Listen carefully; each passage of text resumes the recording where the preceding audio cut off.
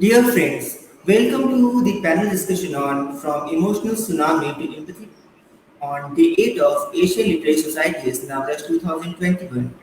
As you all know, Asian Literary Society is celebrating its annual Navratri 2021 festival of 9 days. This is an online festival of art, culture, and literature, and every day we are inviting some eminent personalities from different fields to share their views. Today we are going to have Gulshan Kawarana ji, Mary Barwa ji, Meenakshi Agarwal ji, and this session will be moderated by Zeba Tabassum. So Zeva is a result-oriented, multifaceted social worker and dedicated special need mother with 13 years plus experience supporting special need individuals, parents, and professionals. She willingly accepts extra responsibility to ensure better execution of any project. She is a fashion designer, but she chose to use her talent for higher cause and successfully organized several exhibitions and fashion shows for differently able kids and adults. Volunteered for many NGOs and organizations to execute training programs, research work, fundraising events. She has an exceptional ability to understand the problem and solve it. She is also the administrator of Asian Literary Society. Now over to Zeba to kindly introduce our eminent guest.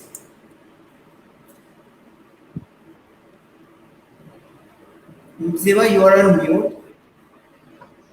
Thank you, Mr. Manoj, for introducing me and giving me an opportunity to moderate this session. Good evening, everyone, and welcome to Hi, the good show. evening. Hi. And first of all, I'd like to congratulate Mr. Manoj for organizing this extravagant 9 days online festival of art, culture, and literature, Navras 2021. And this evening is dedicated as a part of its social initiative to discuss a topic which is very closer to our heart, from emotional tsunami to empathy. So let us welcome my first. We have three guests today: Miss Mary Barua from New Delhi, Miss Gulshan Kawarana from Dubai, and Miss Meenakshi Agarwal from Ahmedabad. And I feel honored and privileged to welcome you all on this prestigious platform. Welcome to the show. Thank you. Thank you, Ziba. Let me introduce my first panelist. She is Miss Mary Barua, the founder director of Action for Autism, which was started in 1994. She has also opened the first school on the Indian subcontinent exclusively for autistic children. Ms. Barua is an activist, an autism advocate, and a passionate mother of 40 years old son with autism. She had led to a movement in India and has been an integral part in framing national policies for disabled rights. Ms. Barua organization has been recognized nationally and internationally. She is a recipient of many awards like Inside Advocate Award, Limca Book of Record People of the Year Award, Kiran Memorial Lifetime Award, IBN 7 Super Idol Award, Global Award in Outstanding Volunteer category UK, Asia Pacific Autism Award Australia, Naturally Autistic People Award Canada, Heartspring Award USA, National Award in Best Service Institution category Government of India. Welcome, Ms. Barua. Your life history, your life story has become a survival guide for innumerable families with special needs. Welcome to the show. Thank you. Thank you very much. My second panelist for today evening is Ms. Gulshan Kawarana, based in Dubai for the last 24 years. She is a founding member of SFS, Special Family Support Group, which was started in 1999. She is also an art teacher, mentor, and guide at an art studio for people with determination. SFS has chapters in Abu Dhabi, Bahrain, Chennai, and Mumbai. She is a mother of 24 years old daughter diagnosed with rare form of epilepsy. Mr. Kawarana has won several prestigious awards like Most Inspiring Women Award, Top 100 Most Powerful Indian in the GCC, Inspire Award, and Jimmy Mystery Young Achievers Award. She has empowered and liberated mothers with special needs children and made them feel accepted, loved, and comfortable. Ms. Kawarana, you are truly a blessing for special need families. Welcome to the program. Thank you. My third panelist the founder and the managing trustee of Tane Foundation, based in Ahmedabad. She is a corporate trainer and a mother of an 18-year-old son, Tane, diagnosed with autism. She took numerous training from different institutions, nationally and internationally, to learn a variety of skills taught to the children with autism. She has been actively empowering, counseling, and motivating parents to bring out the best from their children. She has been training children, teachers, and mothers, conducting workshops, awareness campaigns to sensitize the society. She is also associated with numerous organizations and mainstream schools of Gujarat. Ms. Meenakshi has made a difference in the lives of many special need families by being conscious and make them feel good about themselves. Ms. Meenakshi, you have illuminated the lives of many families with hope and faith. Welcome to the session. Thank you. Thank you, Ziba. So without wasting the time, let us start today. Topic of discussion: from emotional tsunami to empathy. So first of all, I'd like to ask Ms. Barua. You have a 40-year-old son with autism, and you have been serving a special need community for more than 3 decades. Now, at this juncture of life, are you in peace with yourself and your surrounding? And when and how did you attain peacefulness in your life? Okay, first of Over all, to thank you. Oh, sorry. Thank you very much for having me here, Ziba. Wonderful to be here with the other panelists, with Gulshan and Meenakshi. Well, to start off, well, my son is going to be 41, not 40. In a month's time, he's going to be 41. It's a pity because he missed his celebrating his 40th birthday because of the COVID situation. Well, I think 40 is a real milestone year. Anyway, so he's going to be 40 in a month's time. And yes, I would say that there is some kind of a peace in my life, but I can't say that I was always there. Because, when I first got a diagnosis, I know that the one emotion I had, if that would be an emotion, was one of confusion. I don't think there is anything in the rasas about confusion. The closest there is adbhuta, but that's more of surprise. But I was absolutely confused because I didn't know what my son had, really. And I think I mentioned privately to you, Ziba, in our conversation that I did not really have great, one of the reasons why as parents we get very thrown when we get a diagnosis is because society expects us to have expectations of our children, right? There are these expectations that my child will be this and he'll be like that, or he'll be like my sister's kid, or, stuff like that. Fortunately for me, I didn't have that kind of an expectation. I thought he was a bit slow and that was okay with me, kya Einstein to thodi banna hai, so it was okay. But I was very, very confused and I did go through, there was a phase when I also went through anger. That was more before he got a diagnosis, but I also had it after, largely because of the way autism is. And I often thought that he was doing things different. He was being difficult deliberately. And, till you begin to understand autism, you often presume कि बहुत कुछ कर रहा है, just शैतानी कर रहा है. Now, we wouldn't ever think that a kid who is deaf is deliberately not listening, right? Or a kid who has, say, polio is deliberately not walking straight. But with autism, what happens is we think ये deliberately जानबूझ के शैतानी कर रहा है. And I had fallen into that trap also. So there was a phase when I went through anger and I wasn't very nice with my son. But I think I was fortunate to be able to come out of it and back to the way I am more typically, which is a lot more accepting. And when that acceptance came, and I was able to work through that and get back to my, the way I am of being accepting and whatever he is, to be able to accept my son for whatever he is, to accept his autism for whatever he is. Because one of the biggest problems that happens is, I love my son, but I don't love his autism. It's like telling me that I love you, but I don't like your Indianness. Stop being Indian and I'll love you more. It's a bit like that, right? So, autism is a part of what he is. So that complete acceptance is really what has brought the, if you call it peace or whatever. and to be able to love without judgments. Because, as parents and as human beings, we tend to love with conditions. To be able to love unconditionally, I think that is really what helped enormously. In fact, that is a part of what our organization works on with parents, helping them to accept their child and love their child without conditions. And when you're able to do that, then there is love, there is laughter, there is music, there is joy, there is all of that. And I can say that, and when I say that, I think it has a great deal of value, because my son is not one of those docile young people with autism. He is what you call, very often in the profession, they say somebody with a lot of challenging behaviors. But I've learned to understand that they are a part of the autism. And I'll just give you a little, do I have another 2-3 minutes? Okay, so Yes, you can continue. Okay, so I'll just quickly share something that happened just yesterday. So Neeraj now lives in a group home, and he was happy and smiling and all of that. And then suddenly he had, in the mid-morning it started, there was this huge blow up, and when he gets very upset, he takes furniture and he bangs them and he may throw things.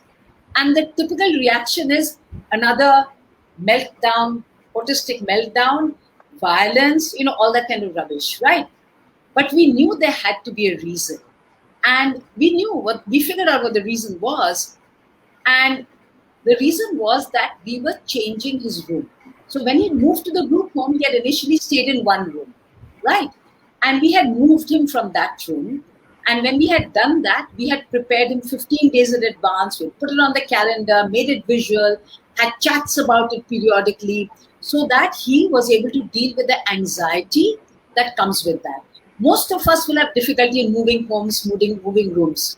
With kids with autism, that's about multiplied 10 times. And the anxiety, therefore, is about 50 times as much, because they cannot ask all the questions that they want to. And even if they can, it is a condition that comes with a lot of anxiety. So we had prepared him, and that move was like a dream. Now, recently, we again did a room change. And like a complete idiot, it was my fault. I forgot to prepare him well in advance. And the team also slipped up a little bit. We all slipped up, but primarily my fault. And we just did it like that. And the room he was moving to, we had just put an AC into that room. And it was a more comfortable room. So the typical way of looking at it would be, उसको इतना अच्छे कमरे में डाल रहे हैं और तभी भी देखो कैसा शैतानी करता है, ऐसे ही he's being like that. So despite the fact he was moving into a more comfortable room, a brighter room, a nicer room, a cooler room in the hot weather, he had this meltdown because we had not prepared him. And when he does that, I don't get all upset and bothered. I know he has a reason. And it's my duty as the mother to find out what that is. Because I live in a world that understands me. He lives in a world that does not understand him. My autistic son has to deal with a lot more than I have to deal with. So I just, that is really the philosophy of the organization. So, once we figured that out, and see, the other important thing is that the reason why I feel peace is I've learned, and we help others with whom we work with to learn, to acknowledge what he's experiencing. So I told my son that, I sat with him and I said, you know what, Mama was a bit stupid. Sometimes Mama does stupid things, right? And we all make mistakes. And I know it's hard for you to change your room, but it slipped my mind and I'm so, so, so sorry, right? To acknowledge, and I know that you're feeling anxious and I'm sorry, to acknowledge his feelings, to acknowledge his emotions, and to apologize to him. Because we often don't apologize to our children. To apologize and say, I made a mistake, I goofed up. Instead of saying, why are you being angry? That is what we usually do as parents. We tell our child, kyun itna gussa kar rahe ho? Gussa mat karo. But he has a right to be upset. He wasn't doing gussa. He was just anxious and he had no other way of expressing it. And when I told him that, I'm so sorry, you should see the way his face changed. His face immediately changed. And, okay, so you understand. He's minimally verbal. My son is not one of those, the kind of guys that you make movies about. very able, software company mein kaam kar raha hai. He's not. He's what you call Kanner's autism. And he's not able to express so much.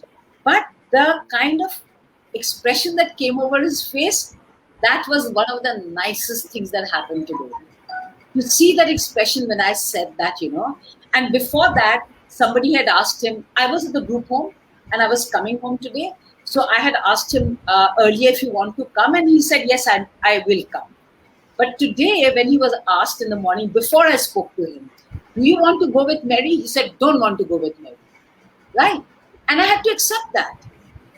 I had no business to get upset about that, because he is expressing honestly, without pretense, which is what we would do. We would pretend to be okay about it. He was expressing without pretense that he was upset with me. And I have to accept that. And that is what the peace brings for us. When you come to that acceptance, when you come to accept without any judgments, without any expectations, it changes your life. And it not just changes your life with your child, it changes your life with other people around you, because then you start applying that to everybody. So I would say that's the peace that he's really brought into my life. I think I had it to an extent before, but I had lost it somewhere in between. And then he helped me bring it back again. So yeah, and that's what we try and share with people that we work with and people we train, and our team that works with us. I think that's... Thank you, Miss Mary. Wonderful answer. Thank you for being so honest and transparent. Like, you accepted that you have done a mistake. You apologized to your child. So thank you for being so honest. We have to learn so many things from you. We learn from each other. हम सबसे सीखते हैं. But you are a guiding light for millions of families like us. Hats off to you, man. Hats off to you. Okay, now I'll move on to Miss Kavarana.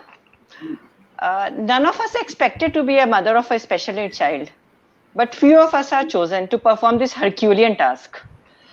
So what was your reaction when you first came to know about your daughter's diagnosis? And what was the most dominant emotion at that point of time? So, Mary, that was beautifully, you really spoke well. And it's such an honor to be with you, Meenakshi, Zeba. It's really nice. So thank you for having me. And so I, just before we started this program, Manojji said it's all about people who have never, all the moms we only have people on the panel who are mothers of children with special needs. And we don't have other people coming and talking.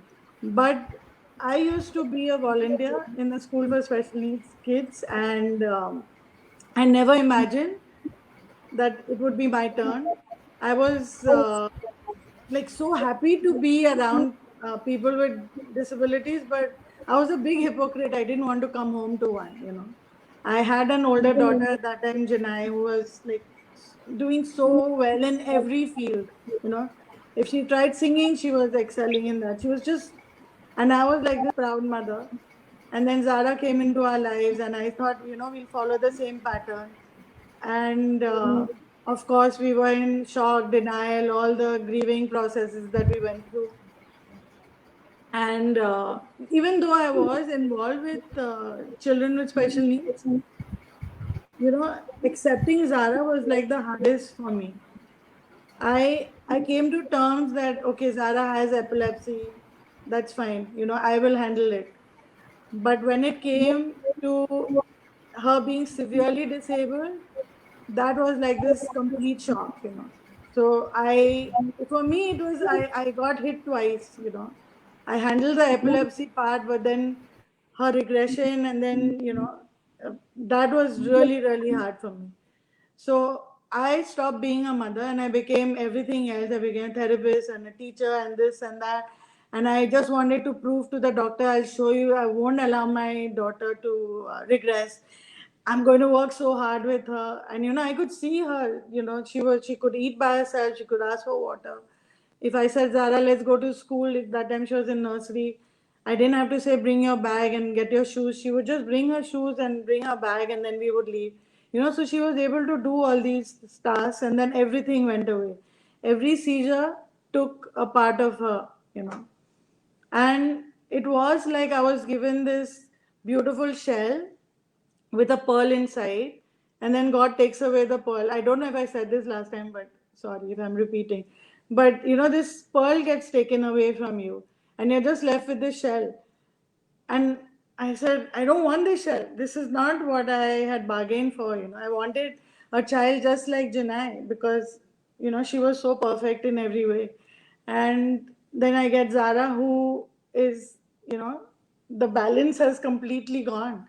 And because I'd experienced what it was to be a mother of a child and, you know, be invited to all the birthday parties and, you know, be involved with everyone. And then suddenly people, they say, because Zara was photosensitive in those days, and I would request them, can you turn down the light? And they would say, आप कमरे में बैठ जाइए ना Zara के साथ. And like a fool, I used to do that. Then it was Janai, my older daughter, who was just 7 or 9 years old at that time. She said, but if they don't want Zara in the house, then why are we sitting here? But you know, it takes some kind of guts to get up and walk off. And so, you know, slowly you become the spokesperson for your child, and not only your child, then you just become a spokesperson for every person with a disability. At the airport, there wasn't a toilet, you know, gender neutral toilet. My husband had to take Zara. There was luckily in Dubai, there was luckily a cop that came to the toilet. He said, what are you doing? You know, he said, and my husband doesn't really speak up, you know, he was so embarrassed. He said, what have I done, you know? But which toilet is he supposed to take Zara to? There are disabled toilets, but in the men's and in the women. So where does, you know, he take her to? And then the cop came and he said, shame on you, haram. What kind of a mother are you that you can't take your daughter to the toilet? I said, I've had surgery on my shoulder. I'm not allowed to lift. What do you want me to do? And why should I be traveling with my daughter every time? Why can't my husband travel with her, you know? So I made like this big, huge hangama at the airport. It was like a protest. So when the Emirates airline was built, they built the gender neutral toilets. And you know, so we have constantly made a lot of noise, and I believe that you are not only, I mean, you know, you become a spokesperson, you become an activist, and your child who's non-verbal, who doesn't say a word to you, doesn't want you to, or you know, but you just do it. And I think we get the strength from our kids, and I got the strength from Janai, who loved unconditionally, and she taught me to love unconditionally. You know, she was, and my husband, he just, you know, Zara's 24, he changes her diaper, he gives her a bath, and he does everything for her. And it's so easy, you know, in a family that we all support each other. So it's not only me, I'm the strong mother. It's not that. I am strong because I have the strength of my husband, my, you know, daughter Janai, my family, my sister's watching, you know, she's always stood by me. It's amazing that I have the strength of everybody. So yeah. Thank you. I think I have to cut short, right? Thank you, Go Ms. on. Kavarana. Like you stood strong for your family, and your family stood strong for you. And I think the So strongest is Zara. it was all bad. Because the word resilience has come from Zara, you know. She has a seizure. I mean, the seizures used in the beginning, it used to go on for an hour. They went on for half an hour. But she would just, you know, wake up the next morning like nothing has happened and continue with her life. And she's been doing that for the last 24 years. So I learned words like resilience. I learned words like unconditional love from Zara, you know, that this is who I am. Just accept me. And if you can't, then that's your issue. But I'm not going to change for you, you know.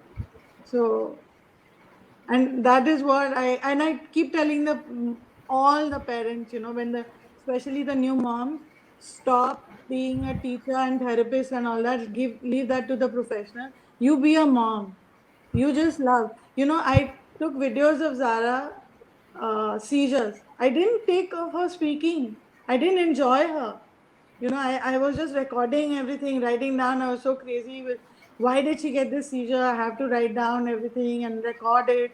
But I missed out on the days when, you know, when she was able to speak. I wasn't enjoying her because I was always in this fear, oh, she's going to get a seizure, she's going to do this. And then again, it was Denying who said, but people with epilepsy get seizures. So, yeah, just, you know, accept it. People who have asthma get asthmatic attacks. So, yeah, that's what our life is. So, you know, so I'm so grateful to have amazing, amazing people in my life. Thank you, Ms. Kavarana. That's what Mr. Manoj was telling, that Bebak reply. Unhesitatingly, you have replied. Thank you so much. Now, my next question is for Ms. Meenakshi Agarwal. You had a lucrative career before your son got diagnosed. So how did you get courage to change yourself from being a corporate trainer to training parents who have kids with autism? First of all, I would like to thank you this platform. At least I can be with Mary.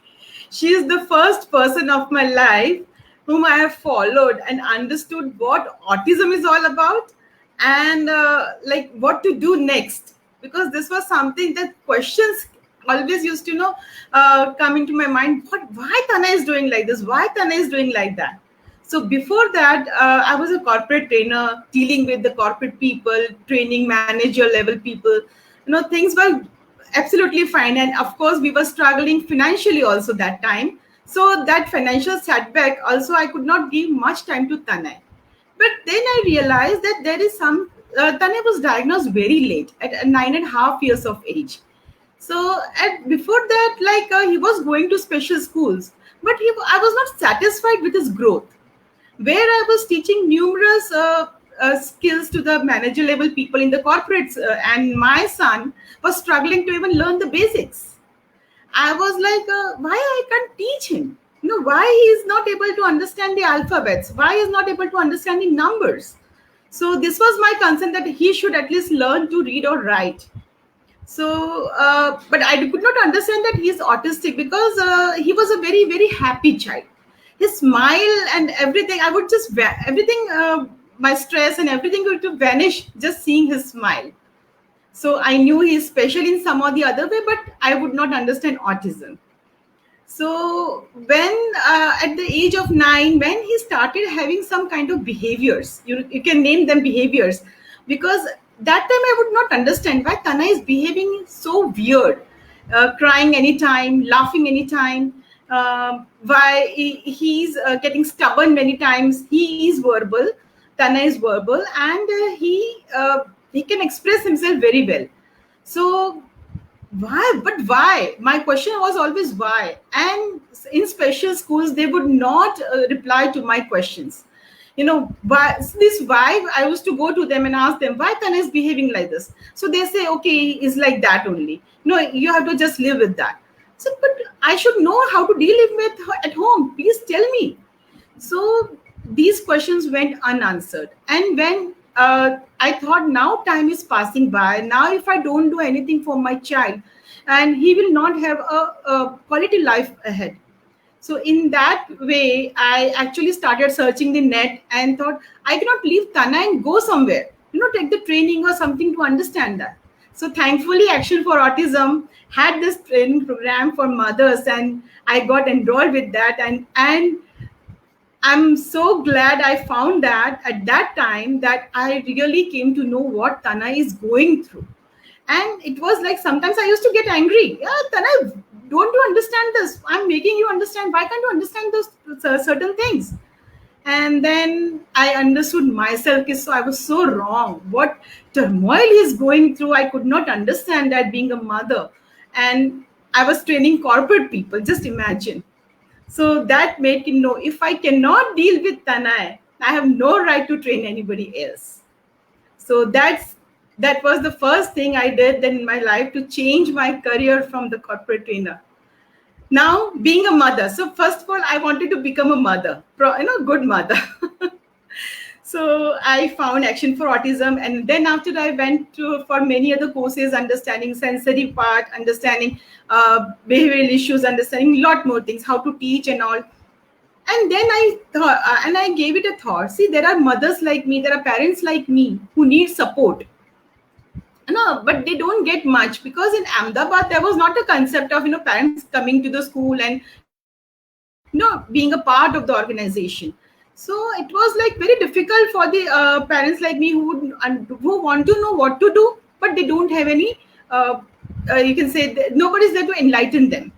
So in that case, I started Tanay Foundation. So when I went to the doctors and invited them that please come, and I'm starting this concept where the parents would come in and work with their children, work with other children as well, and be a part of the organization. So they say, "एक साल में बंद हो जाएगा." My God, I said, oh my God, no, but I want to follow this concept. I want the parents to be empowered to understand the children.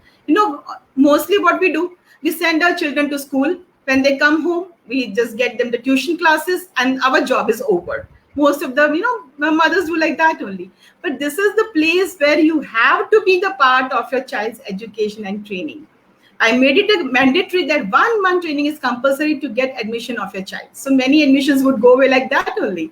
That we don't have time, or we cannot, spare time for 1 month for our child. I said, if you cannot spare 1 month to understand your child, then I'm sorry. Then how would you, deal with the child for entire life? So this is how Tanay Foundation started, and I jumped from corporate trainer to be a special educator and a special mother. Thank you so much, Ms. Meenakshi Agarwal.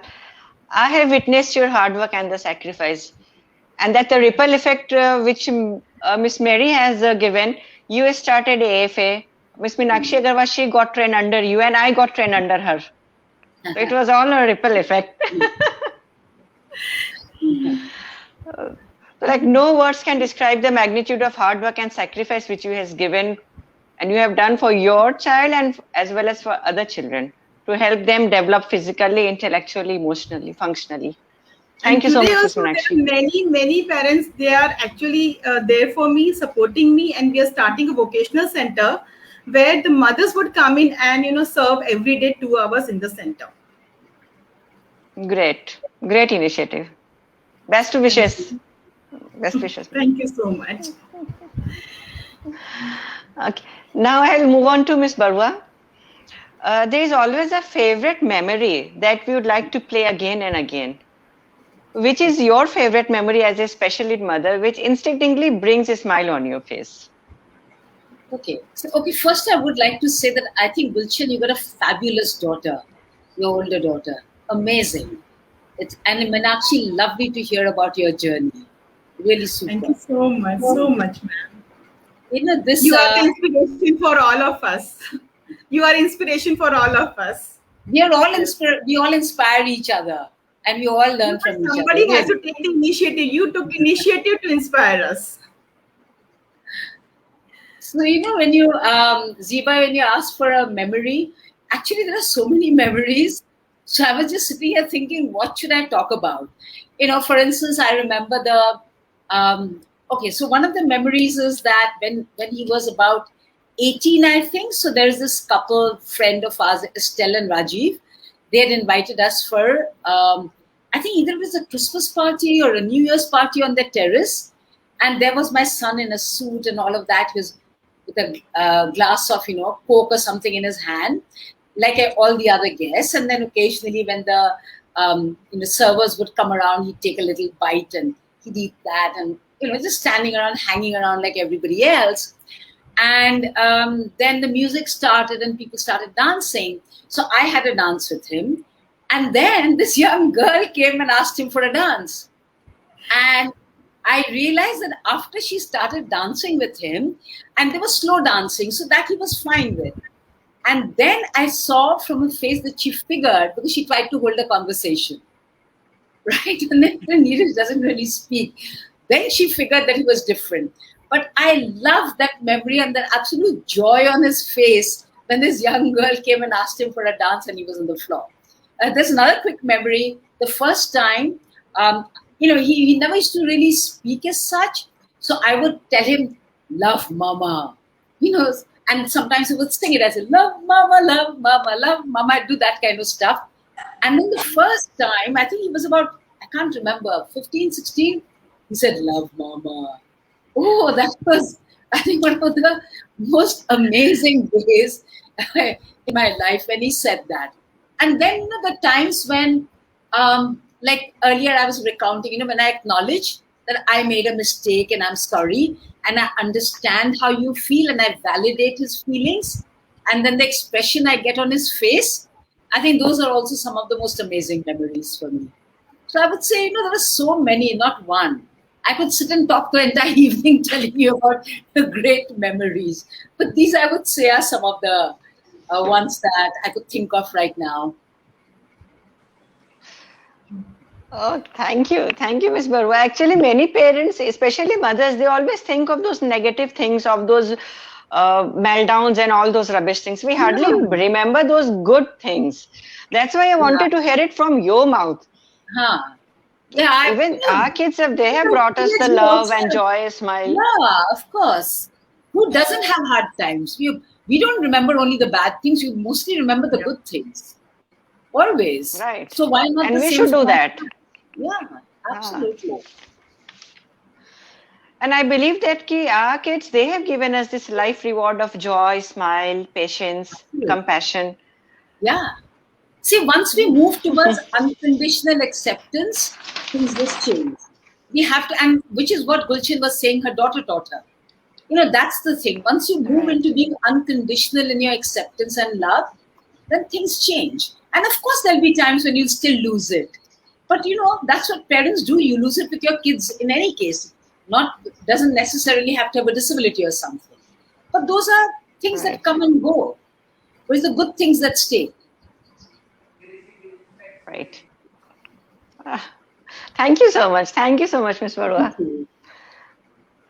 We just love your answers. Okay. Now I'm moving on to Ms. Kavarana. Mothering a girl child with a special needs is altogether a different experience. Being a mother, then what was your biggest fear that you have overcome? How did you do that? And what fear you still have to overcome? Okay, so since I only have 2 daughters, I don't know what it is mothering a son. But for every mother of a child with special needs, the biggest fear is her safety, and not only for a girl child but any child. It is safety. And so when Zara was around 11, and she did get one growth spurt, and I thought, okay, now she's going to get her periods. I am going to be really open about it because I want to talk about this. And so Zara was on a diaper. She's not potty trained, and I was just in my head. It's always a fear of the unknown. Oh my God, she's going to get her periods. Now, will I make her wear a pad with the diaper, or do I only make her wear a pad? What is going to happen? And I was just researching online that what are the other parents doing, and I couldn't really find an answer. Then I did come across one parent talking very openly about doing an hysterectomy, and I wasn't really even ready for something like that. But I did speak about it to a friend of mine who's a doctor, and he said, listen, why don't you come? He just called me one morning, and he said, there's this a gynecologist, come and meet him. So I said, okay. So, and bring Zara with you. So we went. I didn't know what this doctor's name was. I didn't know anything. So we went. He said, when was her last meal? He looked at Zara. He examined her. He said, when was her last meal? I said, at 10 in the morning. He said, okay, at 4 o'clock we'll do the hysterectomy. I said, no way, no way. I'm not ready for this.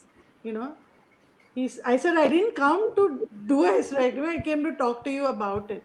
So he said, okay, tell me why does a woman need her uterus? Do you want her to get her period? I said, no. Do you want her to get pregnant? I said, not at all. So he said, okay. So then just let's do it. And he said, you'll never be ready. The longer you take, the harder it will be. So my suggestion is just get it done. So we got it done, and I got a lot of flack for it because I was open about it. I put it on the Dravet syndrome, because the girls around puberty, the seizures are going just completely haywire. And we didn't see that with Zara. So every time somebody is saying, with the puberty, and I was very open and I said, this is what we did. And they said, but who gave you the right? I said, we just made a decision. It was with the consent of the doctor. And when I came home that day, the very next day, I mean, immediately after surgery, she slept on her stomach. She ate. The doctor said, she can climb up and down the stairs. Please don't carry her and all that. And she's absolutely fine.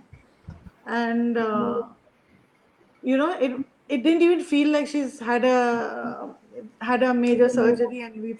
And the doctor was really sweet. He even allowed Zahir and I to be in the operating room. So we were there watching the surgery.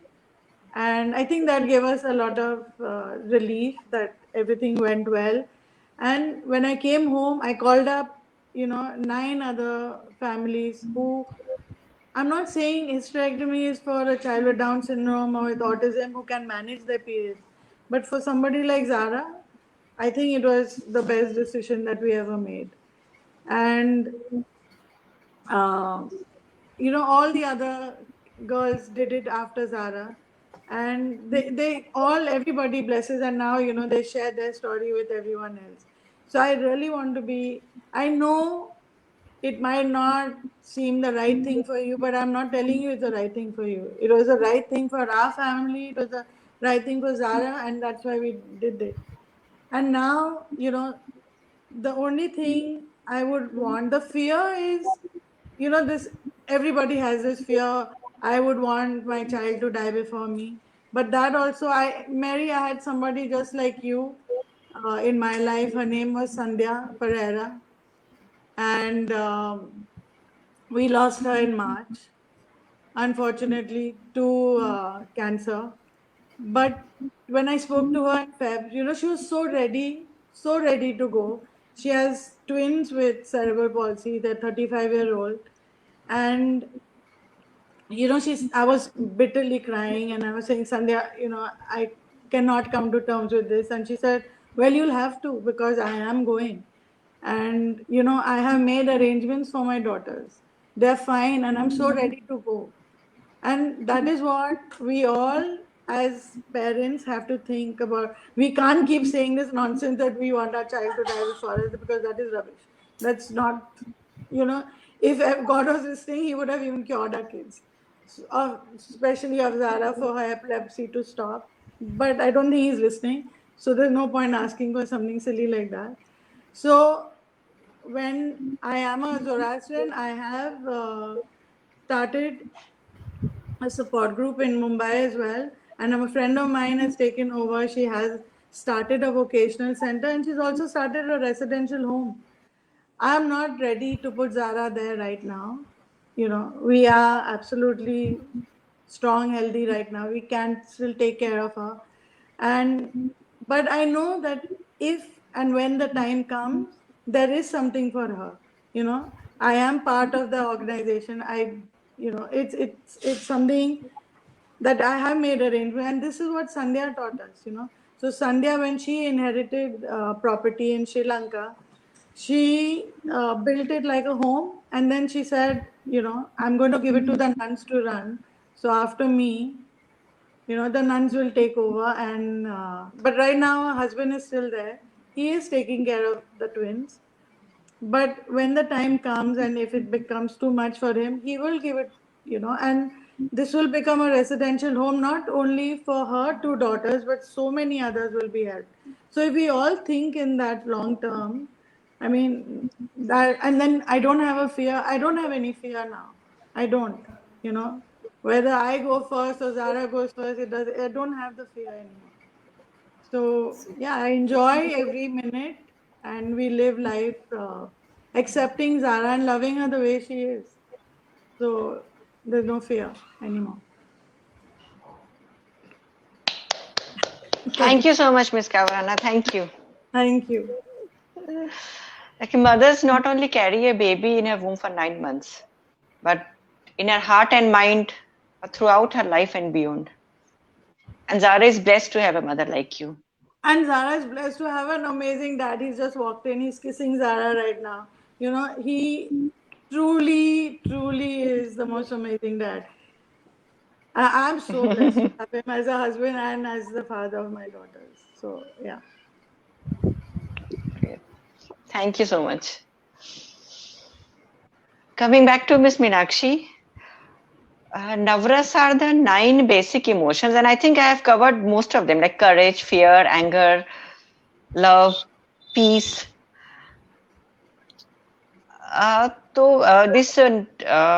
And everybody has to pass through these 9 emotions at least once in their life.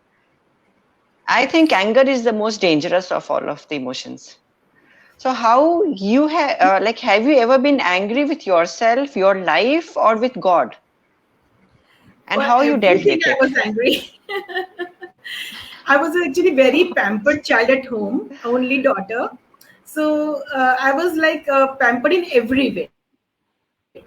When suddenly the life became miserable for me when my grandparents and parents left me in within 1.5 years, and I was only 30 years that time.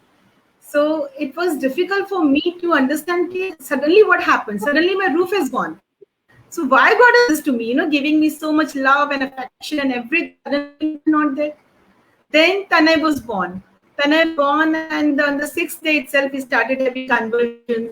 And there was a diagnosis once that he will not survive beyond 5 years of age.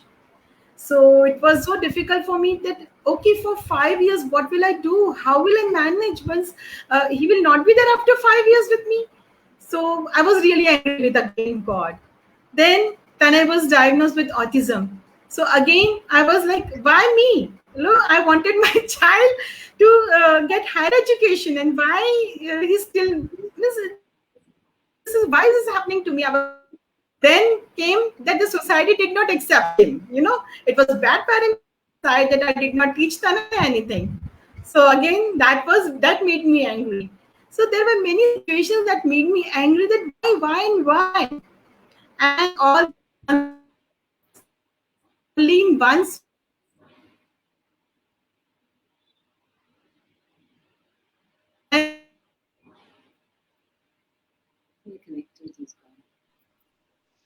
Meenakshi, there is some problem from your side.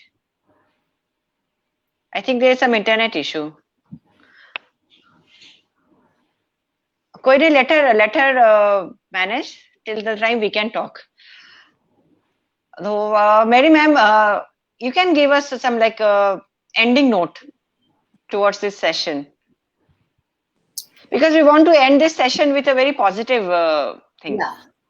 See, I will just go back to what the first question you'd asked me about peace, being at peace and peacefulness and all of that.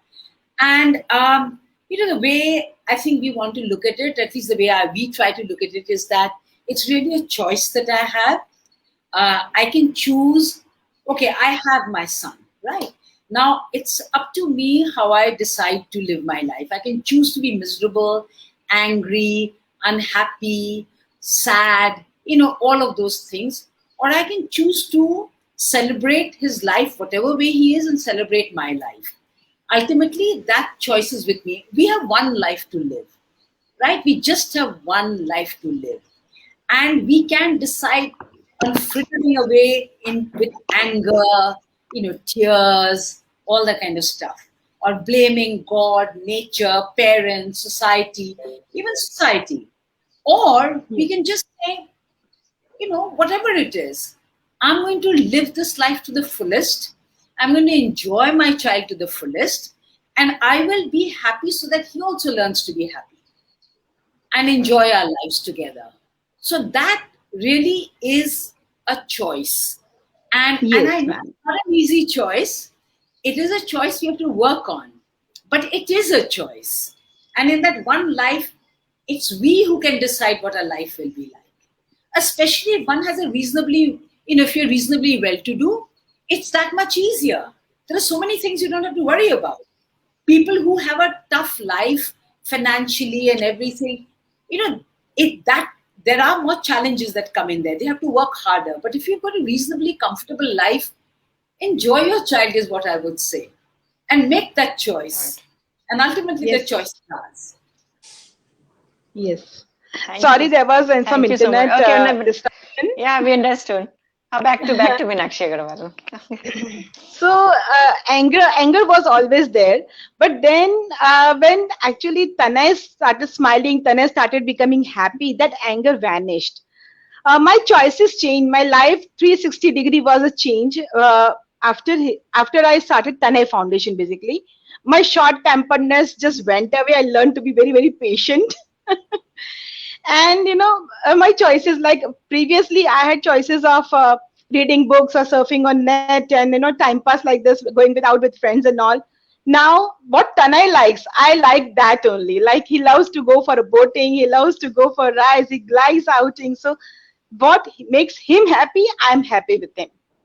And that's what I had to overcome my anger. Today there are so many children who like me, also scared of me, in my school, because sometimes I am strict with them, but yes, they all love me, that's for sure. Thank you so much. Thank you so much. Like, all special need mothers have stretched themselves beyond their limit, and they came out of their comfort zone where hope, courage, faith, and determination resides. And you are one of them, Meenakshi.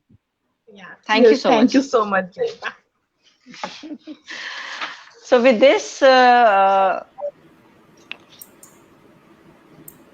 coming to an end of this session. And it is said that you never know how strong you are until being strong is the only choice you have. And these three mothers, they have proved it. And I'm a great admirer of all three of them. So thank you so much for joining us. And now over to Mr. Manoj Krishnan. Thank you, Jeva. I extend deepest thanks to our respected guests who graced today's occasion, Gulshan Kavarana ji, Mary Barwa ma'am, and Meenakshi ji. Thanks for sharing your thoughts in today's heart-touching topic of panel discussion, organized by Asian Literary Society's Navratri 2021 Festival. I must salute all of you for what you have endured and remain positive despite this artist's journey. Thank you again, Ziba, for moderating the event so well. I also want to extend a special thanks to our audience. I see lots of comments from them. The recording of this session will be uploaded on our official YouTube channel very soon. Thanks again to all of you for your presence and participation. Thank you so Thank you much. so Thank you much. so much for Thank this you. platform. Thanks. Thank you so much. Okay, bye.